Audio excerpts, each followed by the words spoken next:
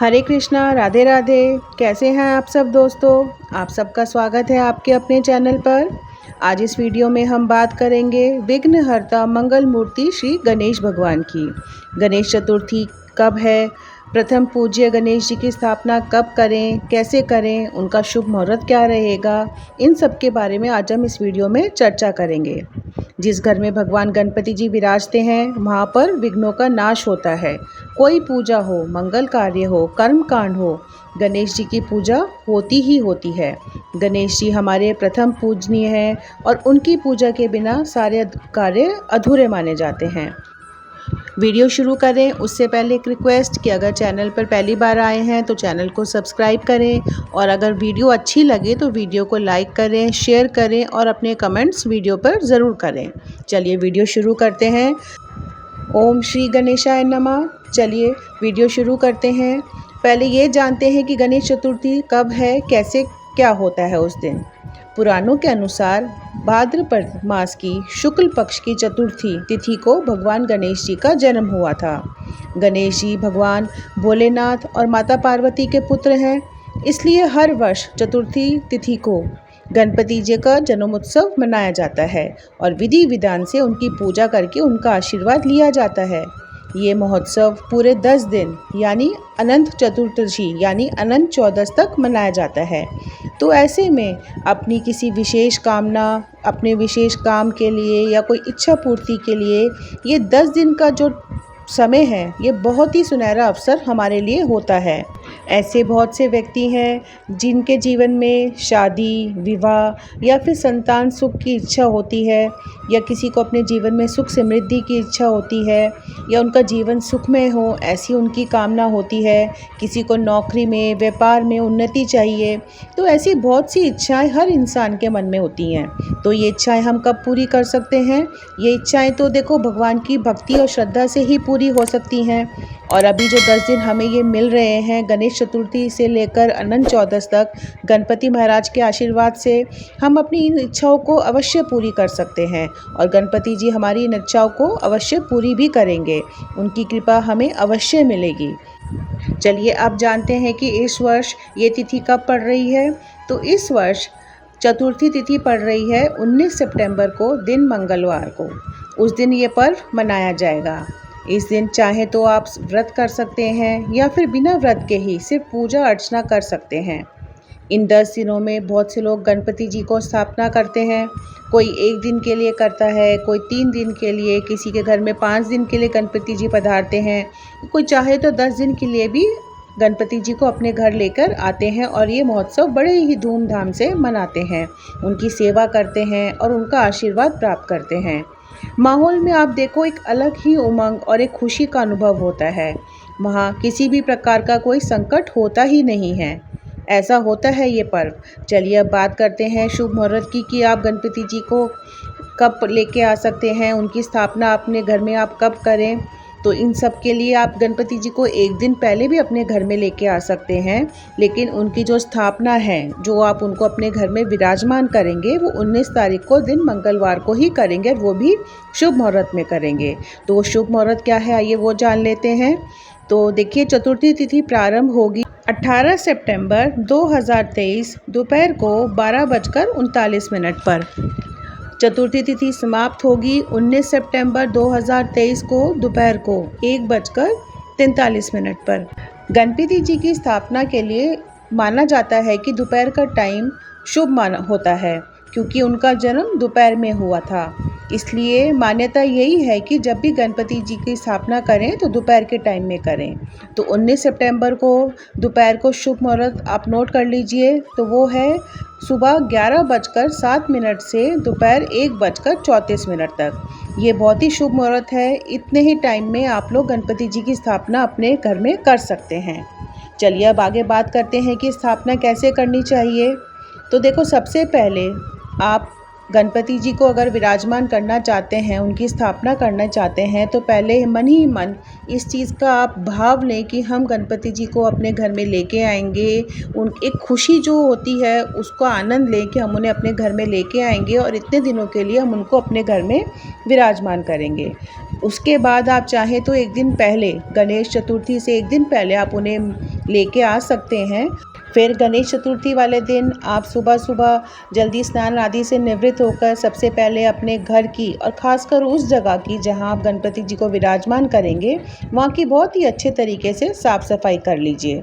सारे घर में गंगा जल से छिड़काव करें और फिर जहां आप गणपति जी को विराजमान करेंगे वहां पर अच्छे से रंगोली बनाएं, फूलों की रंगोली बनाएं, चाहे रंगों की रंगोली बनाएं या और किसी तरह से आप सजावट करना चाहते हैं तो वो सब तैयारी आप कर लीजिए। उसके बाद वहाँ पर आप चौकी लगाएं, उस पर पीला या लाल रंग का कपड़ा बिछाना चाहिए और फिर शुभ मुहूर्त में वहाँ पर गणपति जी को विराजित करें। उसके बाद हल्दी, चंदन, गुलाब, तुरवा, अक्षत, मौली, जनेऊ, पान का पत्ता, सुपारी, इन सब चीज़ों से आप गणेश जी को उनका पूजा अर्चन करें, उन पर चढ़ाएं, उन फूलों की माला उनको अर्पित करें, उनकी पूजा करें। इस तरह से जो एक साधारण पूजा होती है, इस तरह से आप उनकी पूजा को संपन्न करें। उनको फलों का भोग लगाएं, मोदक जो उनको अति प्रिय है आप उसका भी भोग उनको लगा सकते हैं।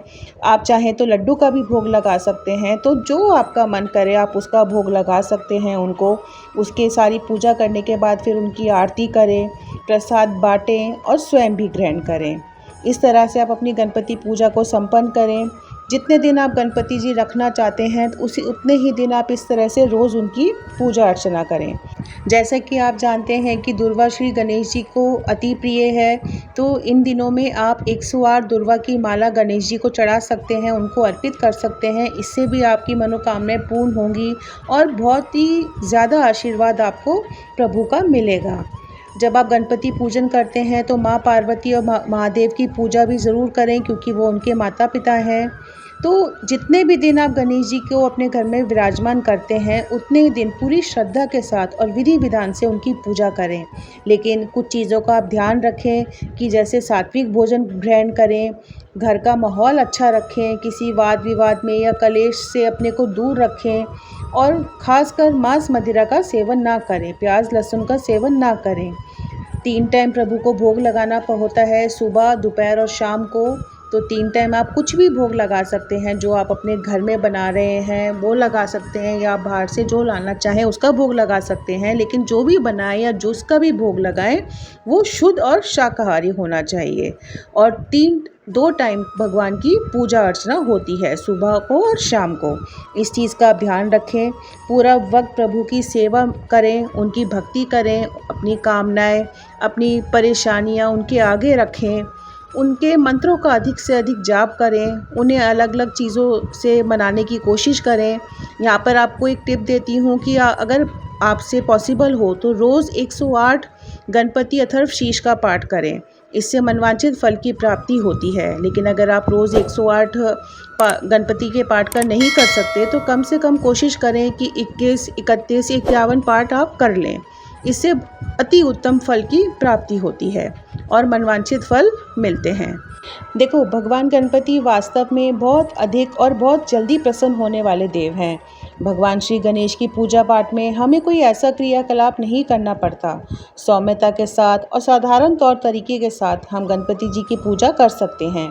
उसी का फल हमें दुगना चौगुना मिलता है। गणपति जी का एक छोटा सा मंत्र है जो हम सब ने सुना ही है और उसका हम पाठ भी करते हैं, ओम गण गणपते नमः। ये बहुत ही छोटा मंत्र है लेकिन बहुत ही असाधारण मंत्र है।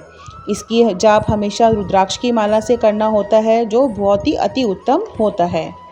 आप जैसे जानते हैं कि भगवान जी के वाहन कौन है, मूषक महाराज हैं। तो मूषक महाराज भी एक तरह से स्मरण शक्ति और वाजपाटुता का सूचक माने जाते हैं।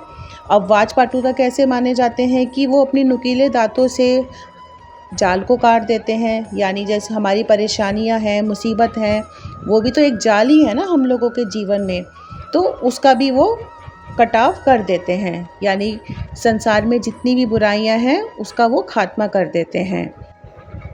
आप सब जानते ही हैं कि जब भी हमारे घर में कोई मंगल कार्य शुभ काम होता है तो हम सबसे पहले किसको निमंत्रण देते हैं? जी हाँ, सबसे पहले हम विघ्नहरण मंगलकरण गणपति महाराज को निमंत्रण देते हैं। तो अभी जैसे आपको पता है कि भादों का महीना चल रहा है, गणेश चतुर्थी शुरू होने वाली है, 19 तारीख से गणेश चतुर्थी शुरू हो रही है। तो ऐसे में हम कितने ऐसे काम हैं जो हमारे अटके हुए काम होते हैं, उनका हम निवारण कर सकते हैं या उन्हें पूरा कर सकते हैं। जैसे किसी लड़की का विवाह नहीं हो पा रहा हो, आपका कोई काफ़ी टाइम से ऐसा काम अटका हो जो आप चाहकर भी पूरा नहीं कर पा रहे हों, तो ऐसे में आप इन गणेश चतुर्थी से लेकर अनंत चौदस के दिनों में आप वो काम गणेश जी महाराज की आशीर्वाद से पूरा कर सकते हैं। बस आपको करना क्या है कि जो मैंने आपको एक छोटा सा ये मंत्र बताया, साधारण मंत्र बताया है, ओम गण गणपते नमः, इसका आप जाप करें। जितना ज़्यादा से ज़्यादा आप इस मंत्र का जाप करेंगे, आपकी परेशानियाँ उतनी ही कम होंगी। इसको करना कैसे है? रुद्राक्ष की माला से मैंने आपको बताया कि इसको करना है। तो जितने भी घर में फैमिली मेम्बर्स हैं, अगर सबके लिए पॉसिबल हो तो बहुत ही अच्छा है, नहीं तो जितने लोग कर सकते हैं वो लोग तीनों संध्याओं में 3 टाइम इस मंत्र का जितना ज़्यादा हो सके उतना जाप करें। तो आप देखेंगे कि आपको बहुत ही जल्द असाधारण रिज़ल्ट आपको मिलेंगे और आपकी सारी मनोकामनाएं बहुत जल्दी पूर्ण होंगी। आपके अटके हुए कार्य बनने लगेंगे और प्रभु का आशीर्वाद आप लोगों को मिलेगा। यहाँ मैं आपको एक बात और बताना चाहती हूँ कि जब भी आप गणपति जी को विराजमान करें या उनकी स्थापना करें तो इस बात का ध्यान रखें कि गणपति जी का मुख जो हो पश्चिम में होना चाहिए और उनकी पीठ पूर्व दिशा में होनी चाहिए। इस चीज़ का ध्यान रखें। तो ऐसे में बहुत से ऐसे लोग भी हैं जो गणपति जी को अपने घर में विराजमान नहीं कर पाते या वो नहीं कर सकते, तो ऐसे में आप क्या करें? तो ऐसे में जो आपने अपने घर में ऑलरेडी मंदिर में जो गणेश जी रखे हुए हैं, आप उन्हीं की ही पूजा करके, उनकी ही सच्चे मन से, सच्चे भाव से पूजा करके उतना ही आशीर्वाद प्राप्त कर सकते हैं। आप वैसे ही रोज़ सुबह उनकी सभी विधि विधान से पूजा करें, उनकी भोग लगाएं, उनको दूर्वा की माला चढ़ाएं, आरती करें। तो ये सब काम आप पूरे लगन से और सच्ची श्रद्धा से करेंगे तो आपकी सारी मनोकामनाएं पूर्ण होंगी और आपको भी उतना ही फल मिलेगा। बस फ़र्क इतना है कि जो हम मिट्टी के गणेश जी लेके आते हैं, जो बाहर से लेके आते हैं, जिनकी हम स्थापना करते हैं, उनका हमें अंत में विसर्जन करना होता है। लेकिन जो हमारे मंदिर में गणेश जी रखे हुए हैं, उनका हम विसर्जन नहीं करते। जो हम बाहर से मिट्टी के गणेश जी लेके आते हैं, उनका विसर्जन भी किसी साफ़ पानी वाली जगह पर ही करना होता है। आप चाहें तो उन्हें किसी साफ़ तालाब, नदी, पोखर कहीं भी उनका विसर्जन कर सकते हैं।